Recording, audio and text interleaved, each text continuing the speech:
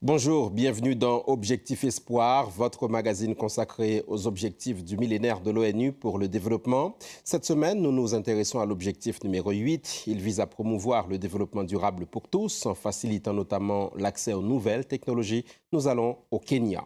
En 2 ans, la capitale Nairobi s'est imposée comme la capitale africaine des nouvelles technologies. Certes, seuls 10% des Kenyans ont accès à Internet, mais 80% des foyers possèdent un téléphone portable, ce qui fait du Kenya un pays ultra connecté.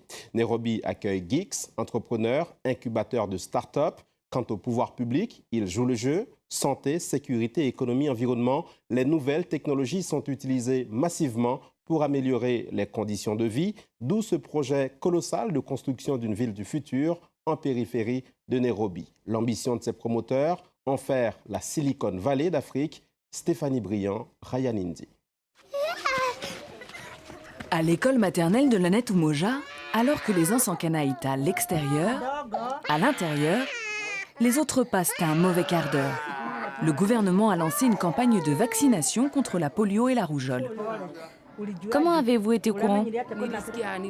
Je l'ai entendu à la radio et j'ai reçu le message Twitter du chef. Dans ce village kényan, tout le monde connaît Twitter.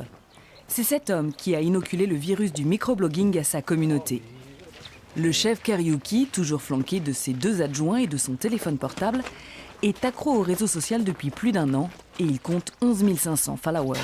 J'ai commencé à me dire que je pourrais utiliser Twitter dans un but social, et pas seulement pour saluer les gens, dire que je suis allé à Nakuru, que je prends mon petit déjeuner. Je me suis dit, comment utiliser Twitter pour mon travail ? Ces administrés n'ayant pas Internet, ils passent par une plateforme qui transfère le message sur les téléphones portables. Ce jour-là, il envoie une missive destinée aux mototaxis. J'envoie un message pour leur dire de venir à mon bureau, dès que possible.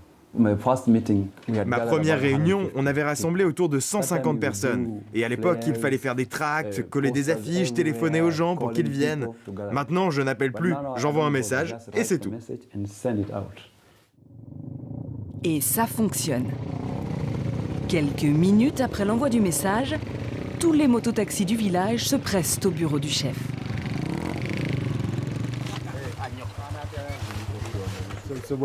C'était une réunion organisée? Non. Montrez-leur le message. À Lanet Umoja, le site de microblogging ne sert pas seulement à organiser des réunions. Bonjour, comment ça va ? Il y a 3 mois, dans cette école, un élève est mort, piqué par des centaines de guêpes. Qui se souvient de l'attaque de guêpes ? Moi. Qui s'en souvient ? Moi, je suis allée à l'hôpital. Elles m'ont attaqué. Il y avait des guêpes partout, c'était terrible. Je crois que Dieu est intervenu pour sauver cette école. Ça a été vraiment très difficile. J'ai appelé le chef. Il était déjà au courant et il avait envoyé un message sur Twitter. Le message disait de venir avec des couvertures pour couvrir les enfants. Alors les gens sont venus pour sauver les enfants. Si on n'avait pas eu Twitter ce jour-là, et que les parents n'avaient pas su que les guêpes avaient attaqué, beaucoup d'enfants auraient péri.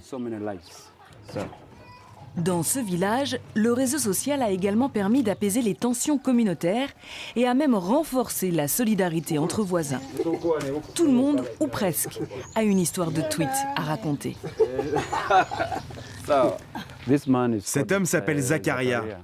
Une fois, il a été attaqué en pleine nuit par des voleurs qui l'ont enfermé à l'intérieur de chez lui. Il ne pouvait plus sortir. Ils essayaient de voler les poules qui étaient dans ce cabanon là-bas. Zakaria m'a appelé et m'a dit « J'ai été attaqué, il y a des voleurs dehors ». Alors j'ai rédigé un tweet disant « Il y a des voleurs chez Zakaria, pouvez-vous y aller et l'aider ?» J'ai envoyé le message et tous les voisins ont débarqué. Quand les voleurs les ont entendus, ils ont sauté par-dessus le grillage et se sont enfuis. Lutter contre le crime, ce n'est pas seulement arrêter des gens, mais c'est être capable de le combattre pour que cela n'arrive plus. Twitter a rendu cet endroit plus sûr? Oui, beaucoup plus sûr, c'est vrai. Ce n'est pas que moi qui le dis. Ça concerne tout le village. Désormais, le Kenya n'est plus connu que pour ses animaux sauvages, mais aussi pour son addiction au téléphone mobile. Le pays est champion du monde du paiement mobile. En quelques années, Nairobi est devenue la capitale africaine des nouvelles technologies Et une nouvelle génération d'entrepreneurs connectés est en marche. À travers la ville fleurissent les incubateurs de start-up, des viviers de talents prometteurs prêts à révolutionner le continent africain. Jamila est l'une de ces web entrepreneuses.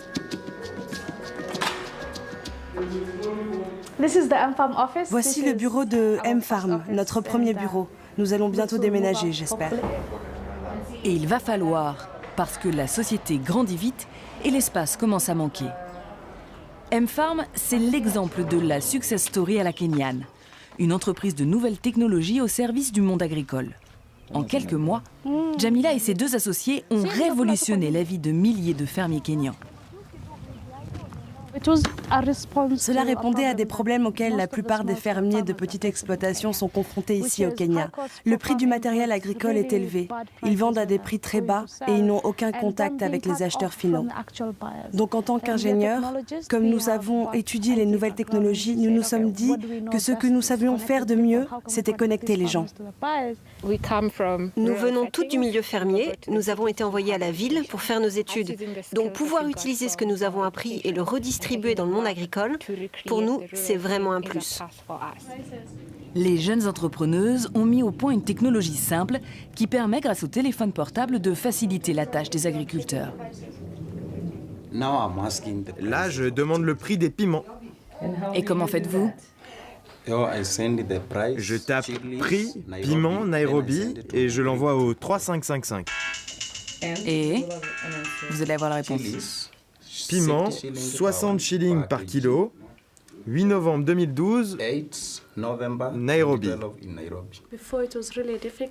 Avant, c'était vraiment difficile. Il fallait trouver les bonnes personnes au courant des prix du marché. C'était une perte de temps et d'argent parce qu'ils devaient faire tout le chemin pour aller jusqu'au marché. Donc vous dépensez votre énergie, vous utilisez les transports, mais maintenant, vous pouvez tout simplement envoyer un message de n'importe où, n'importe quand, avant d'aller au marché. Comme ça, vous savez à quel prix vous allez vendre votre produit. En plus de transmettre le cours des céréales et autres fruits et légumes, M-Farm propose aux fermiers de se regrouper en coopérative virtuelle. Bienvenue chez M-Farm. Je vais d'abord vous montrer comment vous inscrire. Tenez, voici une notice explicative. Joseph est un agent de terrain de M-Farm. Il est notamment chargé de recruter des paysans. Alors, vous allez aller dans la rubrique « Message », vous tapez « Rejoindre » et après vous tapez votre nom. C'est bon? Vous avez tapé « Rejoindre » ? En quelques minutes, Joseph leur explique comment mettre en ligne leur production sur la plateforme M-Farm et ainsi trouver preneur. Ensuite, vous indiquez le poids de votre récolte à vendre, par exemple 100 ou 200 kilos. Joseph est également responsable du point de collecte. C'est ici que sont centralisées les denrées pour être ensuite récupérées par les acheteurs. Messieurs les fermiers, voici notre cabanon pour le contrôle des produits. M-Farm a convaincu 3 gros acheteurs africains de s'approvisionner sur sa plateforme. Quand vous apportez votre produit, nous ouvrons cette page et nous inscrivons le produit et son poids total. L'objectif, c'est de rassembler plusieurs petits fermiers ensemble. Oui.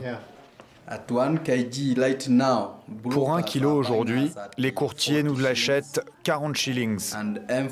Et M-Farm va nous l'acheter pour 90 shillings ou 80. C'est pour ça, je vois que je vais gagner beaucoup plus d'argent. C'est plus facile à vendre car nous avons déjà un accord avec l'acheteur. Nous avons un accord avec un client. Par exemple, là, je dois livrer 16 tonnes par semaine. Je n'en ai pas assez. C'est pour ça que je recrute de plus en plus de fermiers. M-Farm a déjà séduit 7000 fermiers kenyans.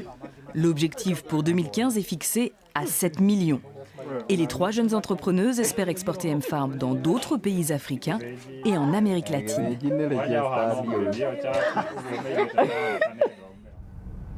Le gouvernement kényan compte aussi profiter du boom technologique qui a frappé son pays. Sur la route de Mombasa, à 60 km de Nairobi, se prépare un projet pharaonique. Konza Techno City, une ville du futur dédiée aux nouvelles technologies. C'est un plan provisoire. Où sommes-nous là? Là, comme vous pouvez le voir, nous sommes arrivés de Nairobi, nous avons dépassé la première entrée et à présent nous sommes quelque part ici. C'est ici que sera la Silicon Savannah d'Afrique. Pour l'instant, l'endroit a plus de la savane que de la Silicon Valley. Mais à en croire les représentants du gouvernement, les investisseurs affluent déjà. Il n'y a rien pour l'instant, mais beaucoup d'investisseurs potentiels nous ont écrit, dont IBM, à qui nous avons déjà donné une parcelle de terrain. Car pour attirer les grands groupes, l'État kényan a offert ses terres. Mais pour le reste, il compte essentiellement sur des fonds privés. Sur les 7 milliards de budget, le Kenya n'assumera que 700 millions. Dans les bureaux du ministère de l'Information et de la Communication, le projet Konza trône en bonne place. C'est une maquette de Konza Technology City, ce à quoi elle devrait ressembler. La ville sera étendue sur plus de 2000 hectares et c'est destiné à être un projet d'envergure mondiale pour permettre aux entreprises de technologie de s'installer ici. Une université, des logements et des centaines d'entreprises.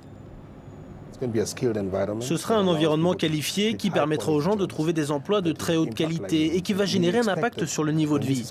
Nous nous attendons, lorsque ce sera fini, à ce que 200 000 personnes soient touchées directement par le projet en termes d'emplois directs et indirects. Dans un pays où 70% de la population a moins de 30 ans, les nouvelles technologies semblent le pari à faire pour l'avenir. L'inauguration de Konza Technology City est prévue pour 2030. Et c'est la fin de ce magazine. Merci à vous de nous être restés fidèles. Merci à ceux qui l'ont préparé. Prochain rendez-vous la semaine prochaine, même heure, même antenne.